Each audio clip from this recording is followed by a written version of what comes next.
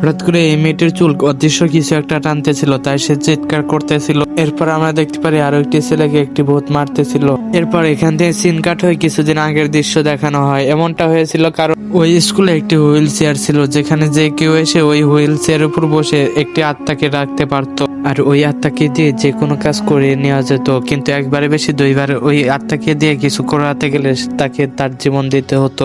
এর জন্য ওই স্কুলের ওই গোডাউন রুমে কেউ যেত না, আর ওই স্কুলের গোডাউন রুমে সবসময় তালা দেওয়া থাকতো। আর ওই স্কুলের সব পুরাতন ছাত্রই জানতো ওই গোডাউন রুমের বিষয়ে। কিন্তু ওই স্কুলে কিছুদিন আগে কয়েকজন নতুন ছাত্র এসেছিল, যারা কিনা একটি ছেলেকে খুবই বুলিং করতো, আর ওই ছেলেটি তাদের বুলিং এর শিকার ছিল। কিন্তু ওই ছেলেগুলোকে কিছু বলতে পারতো না, কারণ তারা অনেক বড় লোক ঘরের সন্তান ছিল, আর ওই ছেলেটি গরিব ঘরের সন্তান ছিল, তাই ভয়ে তাদের কিছু বলতে পারতো না। আর কয়েকদিন পর ওই ছেলেগুলো জানতে পারে তাদের স্কুলে একটি ভূতুরের ঘর আছে, আর এটা জানতে পেরে ওই ছেলেটিকে ওই রুমের ভিতরে নিয়ে এসে ওই হুইল চেয়ারের উপর বসিয়ে দেয় এবং তার হাত পা বেঁধে দেয় ওই হুইল চেয়ারের সাথে।